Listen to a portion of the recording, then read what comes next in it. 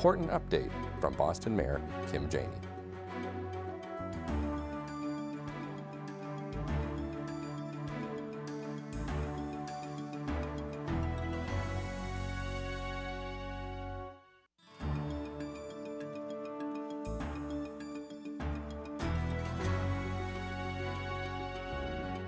Please stand by as we bring you an important update from Boston Mayor Kim Janey.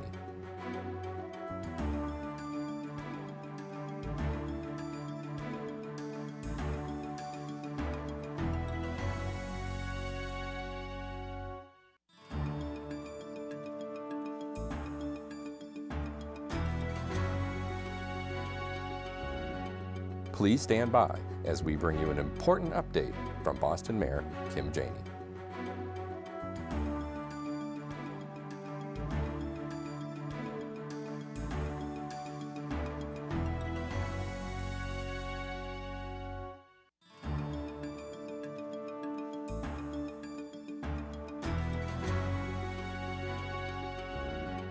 Please stand by as we bring you an important update from Boston Mayor Kim Janey.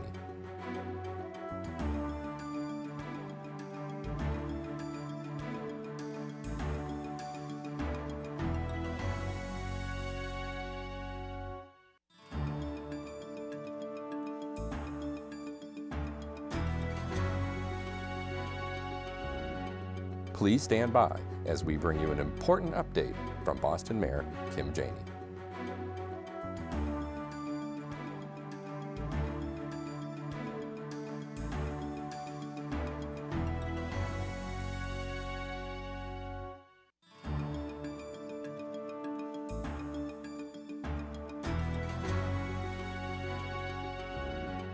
Please stand by as we bring you an important update from Boston Mayor Kim Janey.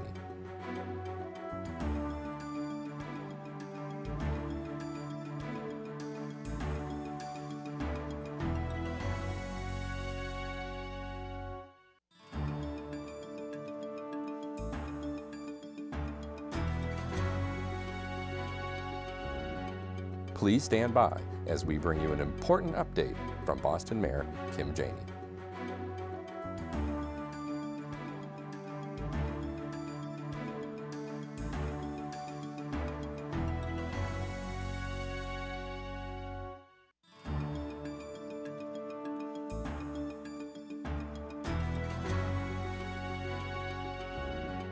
Please stand by as we bring you an important update from Boston Mayor Kim Janey.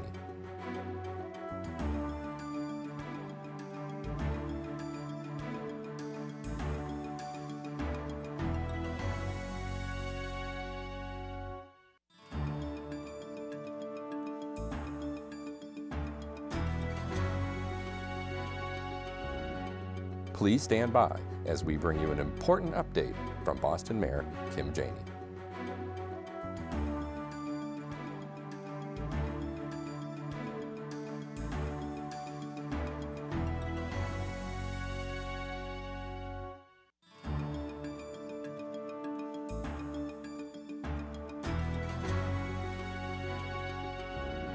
Please stand by as we bring you an important update from Boston Mayor Kim Janey.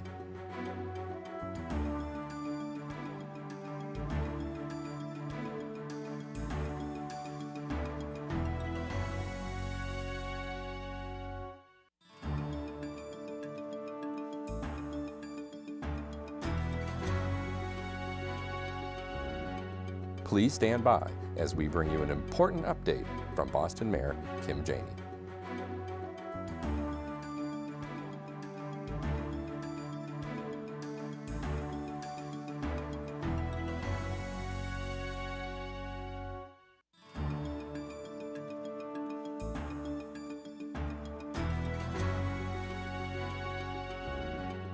Please stand by as we bring you an important update from Boston Mayor Kim Janey.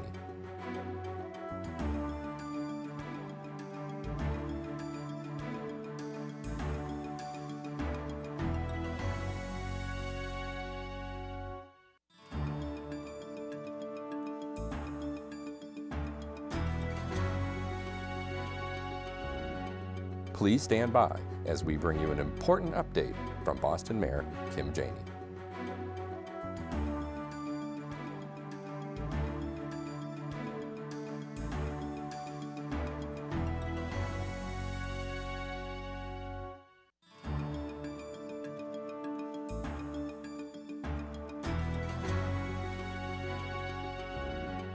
Please stand by as we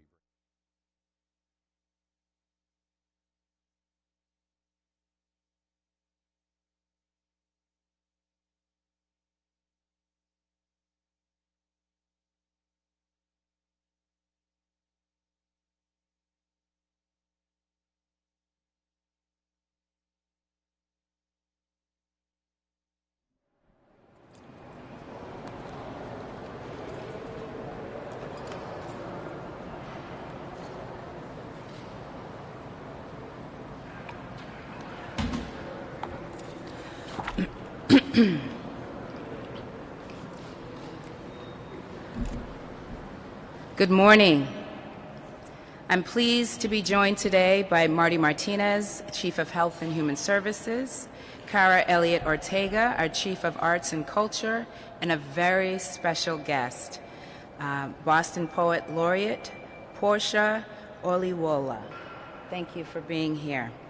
Before we begin, I'd like to acknowledge the tragic events in Orange, California. This was the third mass shooting in just over 2 weeks, and a child was among one of the victims.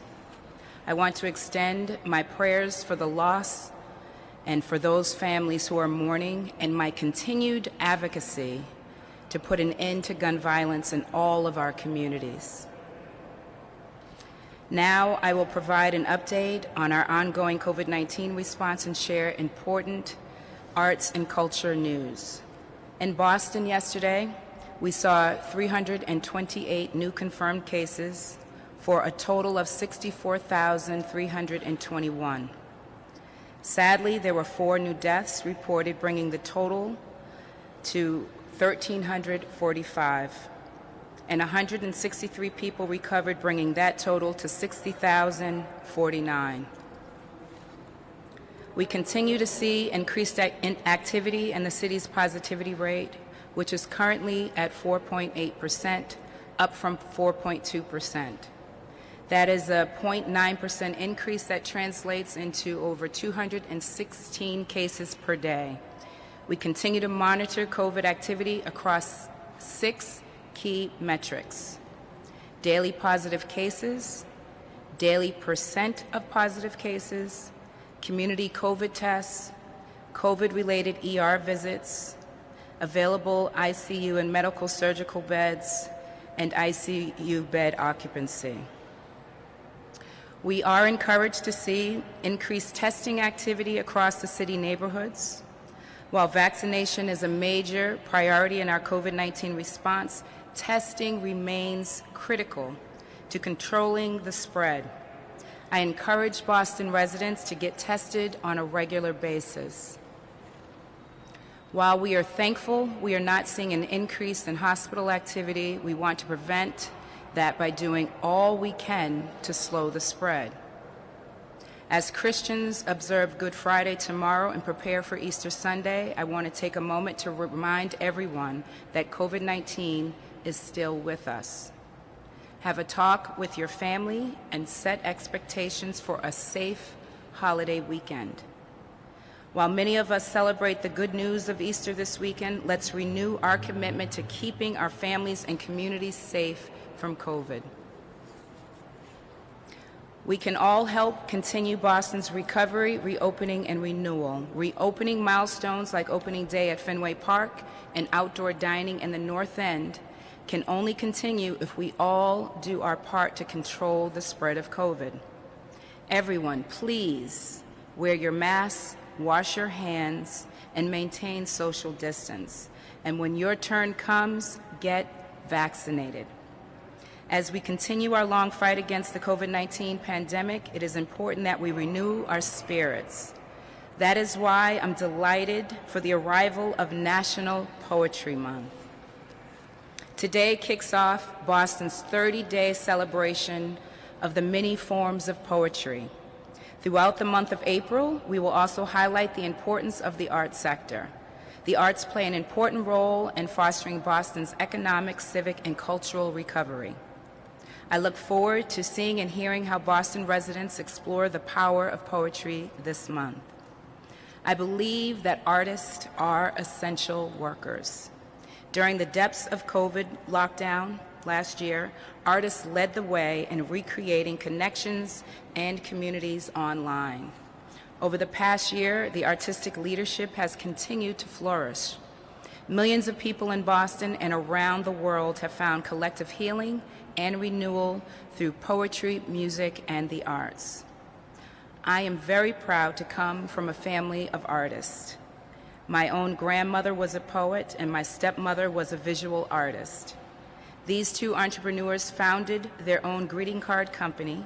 Together, they produced and sold cards that featured my Nana's poetry and my stepmother's artwork.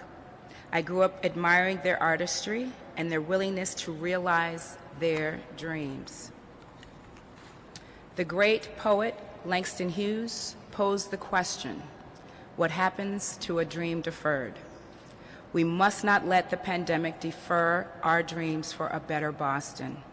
As we celebrate the arrival of National Poetry Month, let's embrace the arts and do better together.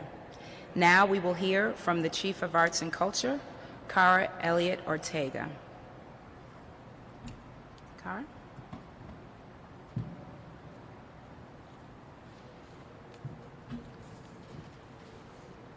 Thank you, Mayor, and good morning, everyone. We're really excited to be here to start Poetry Month for the City of Boston.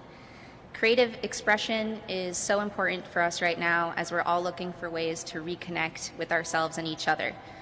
Poetry can help give voice to our experience, and we hope that everyone sees this year's Poetry Month as a chance to take a pause for wellness, reflection, and joy as we work to come out of this pandemic together. We're excited to continue to spread awareness about the power of poetry and encourage people of all ages to participate by reading, listening, or creating your own verse. A key champion of National Poetry Month is the city's Poet Laureate. The City of Boston created its Poet Laureate program in 2008, and we're thrilled to have our current Poet Laureate, Portia Olayiwola, here with us today. The Poet Laureate acts as an advocate for poetry, language, and the arts, creating opportunities for Bostonians to connect with poetry at public readings and events. We're also thrilled this past year to lift up youth voices when we named Alondra Barbaria as Boston's first Youth Poet Laureate. Together, Portia and Alondra have done an incredible job of fostering community, reaching our residents, and encouraging them to express themselves during a time that has been so difficult and uncertain. As part of National Poetry Month, we are offering readings, workshops, and other virtual events, including our annual Mayor's Poetry Program event on April 21st, where several Boston-based poets will be selected by the Poet Laureate to read their original work and have their poems displayed in City Hall. Portia is also continuing to host monthly workshops and an open mic series called Home, which runs on the first Friday and Saturday of each month and will culminate in Boston's inaugural Roxbury Poetry Festival on June 5th. We'll also be featuring a different local poet every day of the month on the City of Boston social media, so everyone can connect with diverse and talented poets that we have here in the city. And lastly, Portia has created a list of daily prompts to help us all get inspired and get writing. And we invite everyone to check out all of the ways to engage with Poetry Month here at boston.gov/poetry. Now we're going to officially kick off our 30 days of poetry with a few words by our Poet Laureate. Portia Olayiwola is a writer, performer, educator, and curator who uses Afrofuturism and surrealism to examine historical and current issues in the Black, woman, and queer diasporas. She is an individual World Poetry Slam champion and the former artistic director at the literary youth organization Mass Leap. In addition to being the City of Boston's Poet Laureate, Portia is also an MFA candidate at Emerson College and the author of a collection of poems titled I Shimmer Sometimes Too. I'd now like to welcome Poet Laureate Portia Olayiwola.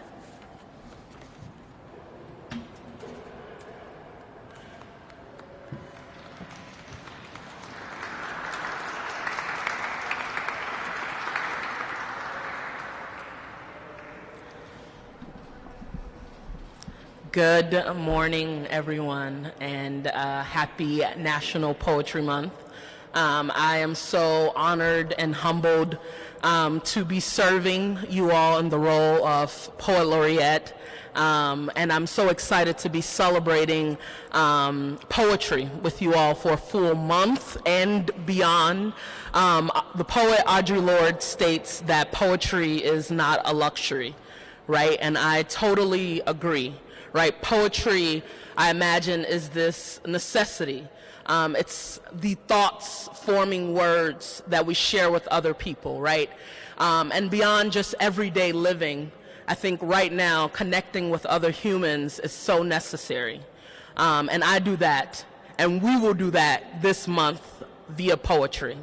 And I'd like to kick us off with just a poem of mine that I recently wrote, which means it's still a work in progress. It's called Children's March, 1963, and it begins with an epigraph from the Federal Writers Project. And I don't know if folks know the Federal Writers Project, but it was formed right after the Great Depression in order to employ artists, and they would go out and do research and interview just people and document lives. And so this quote comes from Southern Georgia, and it was documented in this book, and it's from Moss Brown, and it reads, "My gran used to tell me about folks flying back to Africa. A man and his wife was brung from Africa. When they found out they were slaves and got treated so bad, they just fret and fret. One day, they were standing with some other slaves, and all of a sudden, they say, 'We going back to Africa. So goodie bye, goodie bye.'" Children's March, 1963. A high-pressure water hose can take the head clean off. On the curb, a pair of tinted glasses small enough to dress a toy. In the street's middle, a pigtail wrapped like caduceus and still fastened with barrette. Sky-colored uniform, each with one arm cawing to a friend and the other limb in the leaping throat of a canine. The teens skip school to crusade. Songs shrieking like squashed berries, pressed skirts candied to knees, patent leather Sunday shoes glinting from the fire hose and the bodies leaking grief. The shield against fatal is fetal. Huddle the black of the pavement, muzzle the face to the red brick of the storefront, spines sprayed and pinned like a crucifixion, righteous. The youngest, though, could not ground themselves in their own child weight, lighting them like feathers. See it from the window. Porcelain hoofed melancholy, waters rising them up, flapping and grimace, grinning little ebony figurines, like how a black bird soar the sea. Kumyali, Kumbaba Tumbe, my God, the children, did you see them? Salt blood, they took flight. Thank you all so much. Happy National Poetry Month.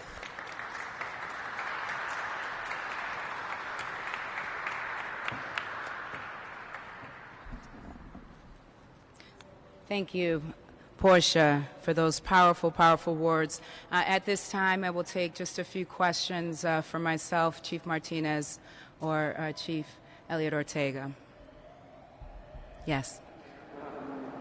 So we're talking about how there continues to be an uptick in COVID activities. Are there any further steps the city is taking? Yeah, so internally working with the team to continue to monitor the data, hospitalizations as well as the COVID tests, the COVID positivity, working with the team internally. Externally, really important for everyone to continue to do their part, wearing their masks, getting tested, getting the vaccine when eligible, and avoiding gatherings and keeping social distance. So it is really important that we remember that we are not over this pandemic, and we all have to do our part. Is the city working with like bars or restaurants or colleges or anything like any other outside entities to enforce the rules or make sure that We will continue to work with our external partners, community-based organizations, the various institutions here in Boston to ensure that this message gets out and that we continue to protect ourselves and our communities. a week and a half in, how's the after mayorship going? Anything to surprise you? A week and a half in, how's it going? How's anything surprising? It has been an amazing, 10 days, 11 days now, an incredible first almost 2 weeks. Great team here at City Hall. Lots of amazing folks in our city who love this city and are doing everything possible to make sure that we come out of this pandemic stronger than before, a much more vibrant city, which is why it's so important to celebrate the arts in a more equitable city. Thank you so much.